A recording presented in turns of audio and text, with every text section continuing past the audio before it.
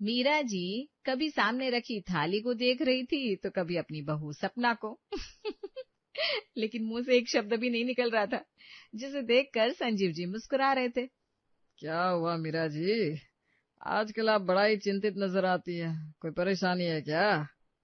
देखिए, आप ना यूं मेरे मजे ना लिया कीजिए, और जानकर यूं अनजान तो बिल्कुल मत बनिए। अरे कोई बात नहीं मीरा जी, कोई कमी कसर रह गई है तो आप रसोई में जाकर पूरी कर लीजिए। मेरी माँ कहा करती थी, बहू के आने के बाद घर में मेहमान की तरह रहो, हमेशा सुख शांति बनी रहेगी। बस उसी नियम को फॉलो कर रही हूँ। अरे वाह, ये तो बड़ी अच्छी बात है। बस मेरे घर में शांति की गंगा बहती रहे और मुझे क्या चाहिए। लाओ जी सपना बहू, आज क्या है खाने में, ले आओ मेरे लिए भी। वो कहते हैं ना, शादी के बाद एक लड़की के लिए एक पल में सब बदल जाता है, ठीक उसी तरह एक परिवार के लिए भी बदल जाता है। घर में नई बहू के आने के बाद खाना पीना उठना बैठना सब बदल जाता है। तो इसका जीता जागता उदाहरण देखने के लिए आज हम आपको लिए चलते हैं सीधे मित्तल निवास, जहां घर में नई बहू सपना के आने के बाद उन सबका व्यवहार, उन सबका जीवन किस तरह बदल गया था। सपना डार्लिंग, आजकल तो तुम लंच बॉक्स में बड़ा ही अच्छा अच्छा खाना दे रही हो, मजा ही आ गया। और साथ ही साथ भाई बॉस के सामने मेरा नंबर भी बन गया। अच्छा जी, ऐसी बात है। इसके लिए तुमको अपनी सासू माँ को शुक्रिया अदा करना चाहिए, इसका पूरा क्रेडिट उन्हीं को जाता है। अच्छा जी, फिर आज शाम को क्या बन रहा है? शाम को वही कुछ हल्का फुल्का। हल्का फुल्का, ठीक है, चलो जो सही लगे आपको। अच्छा, रखता हूँ। ये सपना लंच तो इतना अच्छा बनाती है, फिर शाम को ऐसा खाना क्यों? मुझे लगता है अभी हमें सपना को घर के तौर तरीके समझने के लिए टाइम देना चाहिए। अभी कुछ कहना जल्दबाजी होगी, कहीं उसे बुरा लग गया तो। सपना देखती है घड़ी में शाम के 6 बज चुके हैं। अच्छा जी, आज तो पता ही नहीं चला कहाँ पूरा दिन चला गया। चलो शाम के खाने की तैयारी कर ली जाए। कल तो चपाती और भाजी बनाई थी, आज हल्का सा उपमा बना लेती हूँ, यही सही रहेगा। सपना जल्दी से सबके लिए कढ़ाई भरकर उपमा बना देती है और फिर सब लोग खाना खाने के लिए इकट्ठा होते हैं। हेलो भाभी, आपने आज क्या बनाया है? आज तुम्हारी भाभी ने कुछ स्पेशल बनाया है दीदी, बहुत स्पेशल, जिसे देखकर आपका दिल गार्डन गार्डन हो जाएगा। अच्छा बहू, तो फिर जल्दी से बताओ। लो जी, बाकी सब भी आ गए। आज मैंने आप सबके लिए बनाया है special authentic south Indian style upma. जरा टेस्ट करके देखो कैसा है। उपमा? क्या वो मम्मी जी, आपको उपमा पसंद नहीं है क्या? नहीं बहू, ऐसी बात नहीं है, हम लोग उपमा भी बड़े शौक से खाते हैं। सब लोग बड़े ही बेमन से उपमा खा लेते हैं और कुछ नहीं कहते। एक के बाद एक दिन बीतने लगता है, लेकिन बहू का उपमा, खमन, ढोकला, कड़ी चावल, पोहा, खिचड़ी, राजमा चावल, दही पराठा, भाजी रोटी, ये सब बंद ही नहीं होता। अरे अब तो बहुत दिन हो गए मीरा जी, ये हल्का फुल्का खाना कब बंद होगा? मैं तो थक गया हूँ ये हल्का फुल्का खा खा कर। देखो जी, सीधी सी बात है, मैंने हमेशा से सोच रखा था कि मेरी बहू आएगी तो मैं उसे बड़े ही नाजों से रखूंगी, इसलिए मैं चाहती हूँ कि ये खुद ही अपने आप सब समझ जाए और मुझे समझाना ना पड़े। अच्छा जी, फिर देख लो, ये आप सास बहू दोनों का आपसी मामला है, आप दोनों को कैसे निपटाना है मैं क्या ही बोलूं।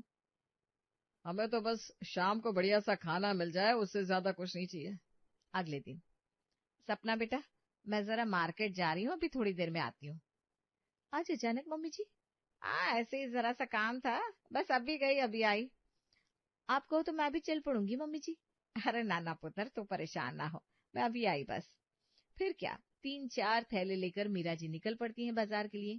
ठेले ठेले जाकर बढ़िया बढ़िया सब्जियां, पनीर, दही, ब्रेड, पाव, कुलचे और न जाने क्या क्या लेकर घर लौटती है। आज तो बड़ा ही वजन हो गया। लो जी, बस घर आ ही गया।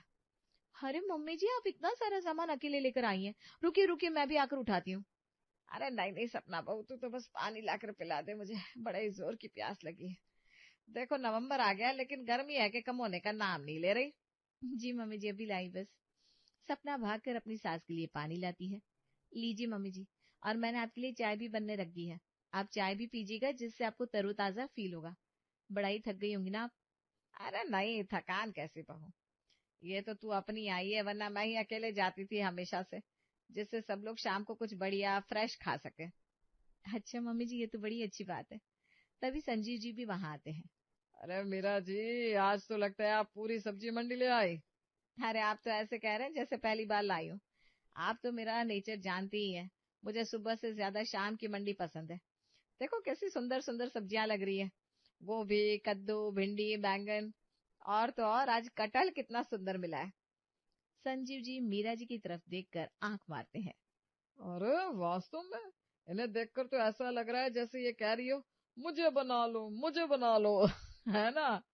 हाँ बिल्कुल सही कहा आपने अमित और मिनी के पापा, आज तो कुछ बढ़िया ही खाने को मिलेगा, है ना बहू? जी मम्मी जी पापा जी, आज तो आप लोगों के लिए कुछ बड़ा ही बढ़िया बनाऊंगी मैं। अब मीरा जी और संजीव जी बड़े ही उम्मीद के साथ शाम के खाने का इंतजार करने लगते हैं। मीरा जी 6 बज गए, जरा चाय ही बना लेती, थोड़ी भूख सी लग रही है। अरे चुप करो जी, आज तो बहू ने कहा है कुछ बड़ा ही अच्छा बनाएगी, तो बस मैं तो नमक का पानी पी पी कर उसी का इंतजार कर रही हूँ। चाय पीकर भूख मार लो। नहीं नहीं नहीं, नहीं अब बस 8 बजे खाना आ ही जाएगा, खाएंगे फिर दबाकर। अच्छा मीरा जी ऐसी बात है। वैसे अपनी शक्ल भी देखो शीशे में जाकर, ऐसा लग रहा है अंगूर वाली लोमड़ी की जो कहानी हमने स्कूल में पढ़ी थी ना, उसके जैसे ही तुम्हारे मुंह में पानी आ रहा है। तभी मीरा जी की थोड़ी ही दूर पर रहने वाली बहन का फोन आता है। कैसी हो जीजी? बहू के आने के बाद तो तुम जैसे भूल ही गई। मैं भूल गई हूँ छोटी, कि तुमको याद नहीं है कि कोई जिज्जी भी है तुम्हारी जिनको याद कर लिया जाए। पहले मैं फ्री रहती थी तो तुमको फोन कर लेती थी, अब मैं बिजी हो गई हूँ। अरे जीजी, नाक चाहे ऐसे पकड़ो या फिर चाहे ऐसे पकड़ो, पकड़ना तो नाक ही है ना। जो बात मैंने एक लाइन में कही वो तुमने 3 लाइन में कह दी, फोन नहीं किया ना तुमने। इतना सुनते ही मीरा जी जोर जोर से हंसने लगती है। छोटे, लगता है अब तुम मुझसे भी बड़ी हो गई हो बातें घुमाने में। चलो आ जाओ, फटाफट से कुछ बढ़िया बनाएंगे खाएंगे। अरे अब भी अगर आप ही बनाओगी तो फिर क्या मतलब रहा आने का? आज तो बहुरानी के हाथ का बना खाएंगे। वैसे भी आज बहू कुछ स्पेशल बनाने वाली है, तुम भी आ जाओ, लगे हाथ तुमको भी कुछ अच्छा खाने को मिल जाएगा।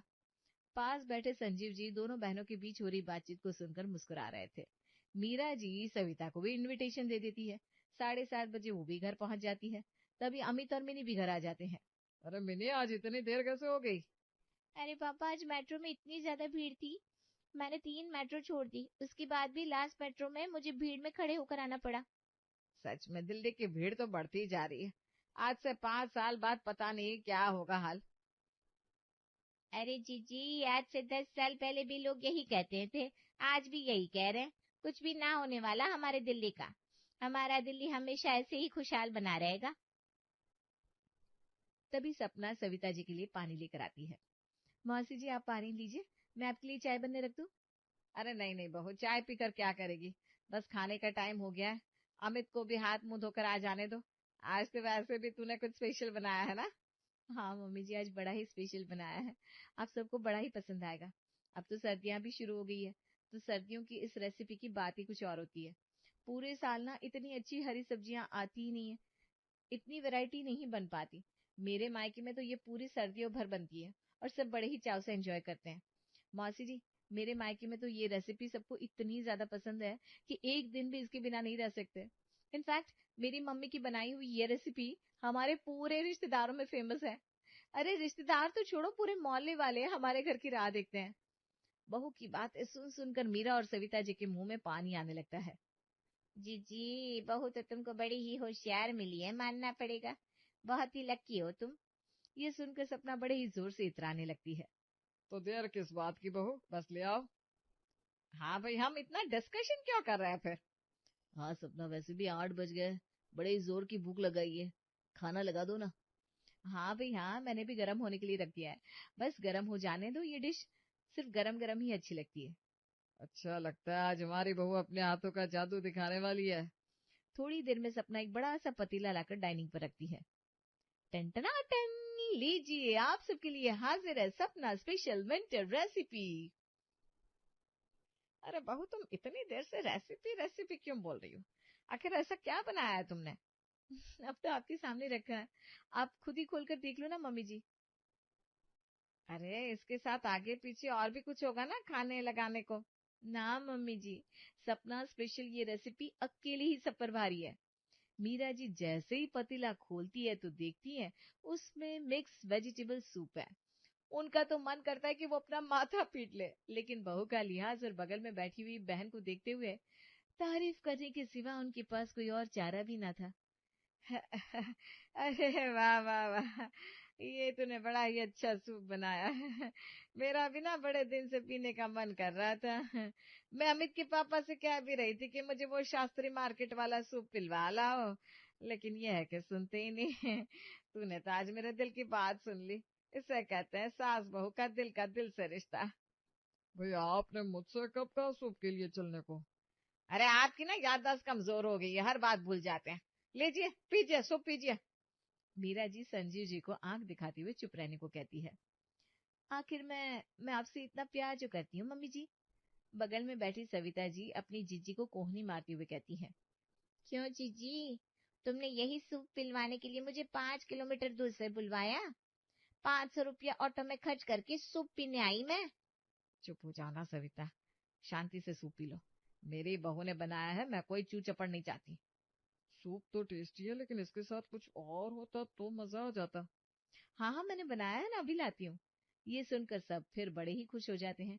उनको लगता है अब सपना कुछ खाने का आइटम लेकर जरूर आएगी। हाँ, सपना खाने का आइटम लेकर तो आती है, लेकिन वो होते हैं ब्रेड क्रम्स। लाओ भाभी यही दे दो, यही डाल लेती हूँ इसमें। ये अकेले सूप से मेरा तो पेट भरने से रहा, कुछ तो मुंह चलाने को चाहिए ना। जीजी हमने पी लिया सूप, अब हम चल रहे हैं, नहीं तो अपने घर से भी हमारा पत्ता कट जाएगा। भूख लग रही है बड़े जोरों की। इतना कहते ही सविता जी वहां से सर पर दौड़ लगाकर अपने घर का ऑटो पकड़ लेती है। थैंक्स टू ऑल कि आप लोगों को मेरा सूप इतना पसंद आया। अब मैं हर रोज आप सबके लिए बनाया करूंगी। नहीं नहीं नहीं, क्या हुआ? नहीं नहीं, कुछ नहीं। सारे घर वाले सपना को खूब हिंट देते हैं कि वो शाम को खाने में कुछ हैवी बना ले, लेकिन सपना थी कि समझती नहीं थी। इसका कारण तो हमने पहले ही आपको बता दिया था ना, कि सपना के मायके में शाम को बस कुछ हल्का फुल्का जो बनता था। फिर एक दिन मीरा के फोन की घंटी बजती है। मीरा, ओ मीरा। हाँ मेरी प्यारी माँ। चलो तुझे याद तो है, तेरी कोई माँ जिंदा तो है। अरे ऐसी बात ना करो माँ, आपको मेरी उम्र लग जाए। तुझे याद भी है कि नहीं, तूने मुझे 4 महीने पहले डॉक्टर को दिखाया था, फिर अमित की शादी हुए 3 महीने हो गए, तुझे याद ही नहीं कि दिखाना है डॉक्टर को। ये सुनकर मीरा जी चौंक जाती है। ये तो आप बिल्कुल सही कह रही हो माँ, मैं सच में ये घर गृहस्थी के चक्कर में सब भूल गई। रुकिए मैं आज ही अमित से कहकर पहले आपका रिजर्वेशन चेक करवाती हूँ, फिर मैं आपकी डॉक्टर से अपॉइंटमेंट लेती हूँ माँ। भैया जी ये सब करो, क्योंकि अब मुझे फिर से परेशानी हो रही है एसिडिटी की। पता नहीं ये कल मुही बीमारी न जाने कहाँ से मेरे पीछे ऐसी लगी कि 15 साल हो गए पीछा ही नहीं छोड़ रही। हाँ माँ आप सही कहती हो।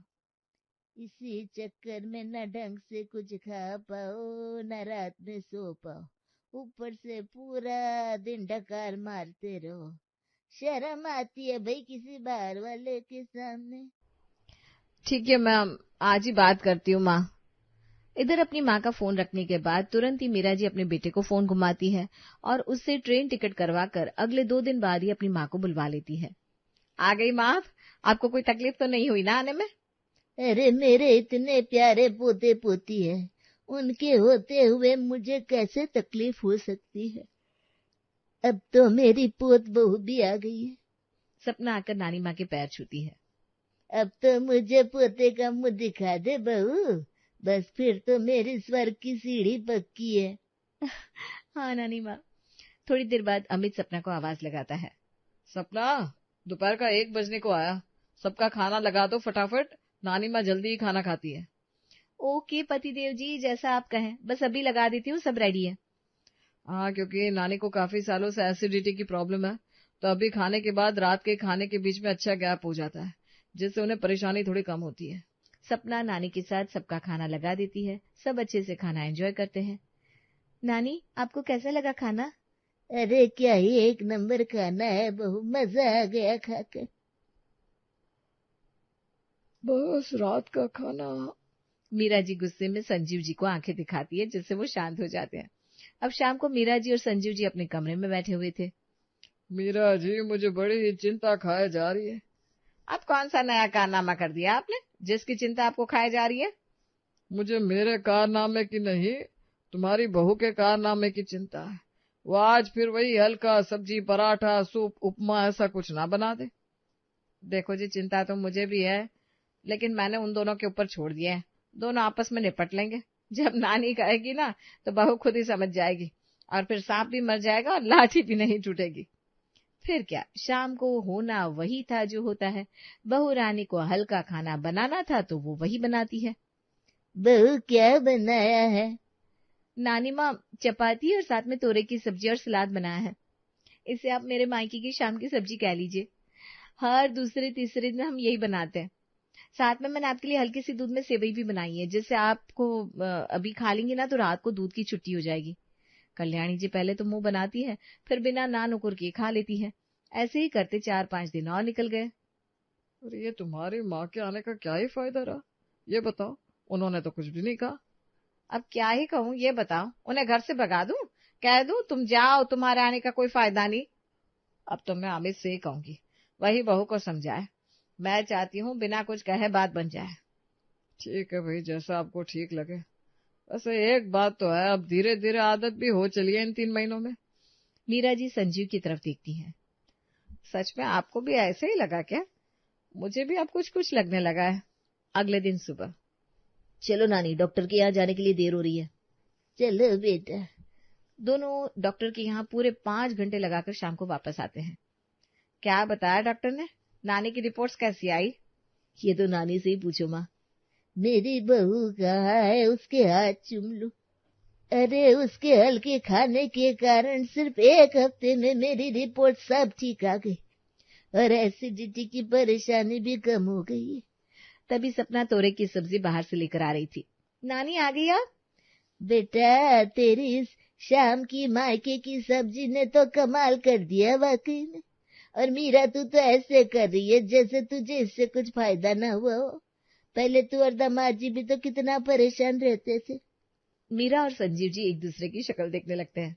सच कह रही हूँ माँ, हम दोनों ने भी इस बात पर कल ही ध्यान दिया कि अब थोड़ा हल्का सा लगता है। हाँ माँ, मेरा भी वेट बिना जिम की पूरे 4 किलो कम हो गया। हाँ, अब मुझे भी ना ऑल टाइम ओवर ईटिंग जैसा फील नहीं होता। बहू, तुम्हारा बहुत बहुत धन्यवाद। डॉक्टर ने कहा है शाम को हल्का ही खाना लो। ठीक है बहू, आज से तुम्हारे शाम के खाने पर डॉक्टर की मुहर भी लग गई। इतना सुनते ही सब हंसने लगते हैं।